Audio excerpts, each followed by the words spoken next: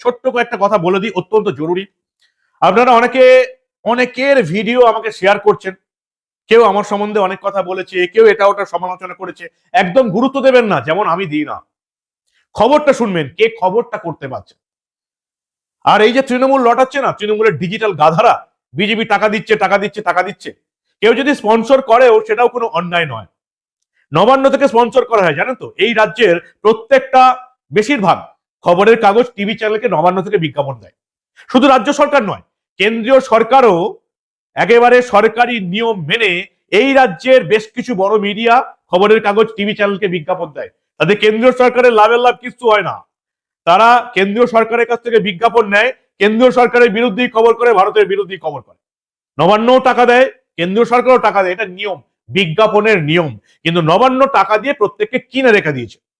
আপনারা যারা মনে করছেন তৃণমূলের যারা কর্মী সমর্থক, ডিজিটাল গাধা যারা বলেন না, এই ইউটিউবারদের কিনে রেখেছে কিনে রেখেছে, আপনারা জানেন আপনাদের কথা শুনে সবচেয়ে বেশি সুবিধা হয় বিজেপি নেতাদের। বঙ্গ বিজেপির নেতারা অফিসে বসে হাসে আপনাদের কথা শুনে। তারা ভাবে আমরা তো কাউকে একটা টাকাও দিই না, অথচ তৃণমূল নিজেরাই প্রচার করে দিচ্ছে ইউটিউবারদের বিজেপি নাকি টাকা দিচ্ছে।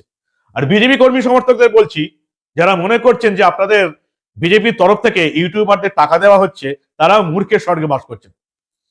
বঙ্গ বিজেপি কাউকে টাকা দেয় না, যে যা বলছে বলতে দিন। আপনারা শুধু খবর দেখুন।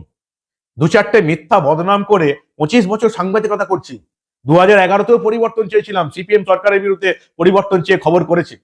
যে যা বলছে বলতে দিন, কিছু এসে যায় না। আপনারা খবর দেখুন।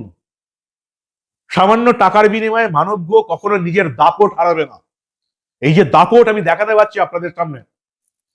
আর আমাদের জিপে নাম্বার দেওয়া থাকে, যারা জিপেতে টাকা পাঠান, আমি বলি যাদের বেশি আছে তারা পাঠান। এই টাকা দিয়ে শুধু আমাদের নয়, আরো অনেক কাজ হয় এখানে। ছোটখাটো মন্দির সারানো হয়, সেই মন্দির সারানোর লক্ষ্যে যারা কাজ করে, প্রসাদ খাওয়ানোর জন্য টাকা পাঠানো হয়।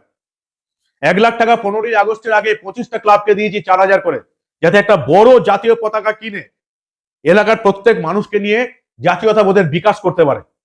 আপনাদের টাকা দেওয়া থেকে প্রায় 2.5 লাখ টাকা এই 2025-এ খরচা হয়েছে শুধুমাত্র জাতীয়তাবোধের বিকাশ, শিক্ষা, মন্দির সংস্কার করার জন্য। কি মনে হয় আপনাদের?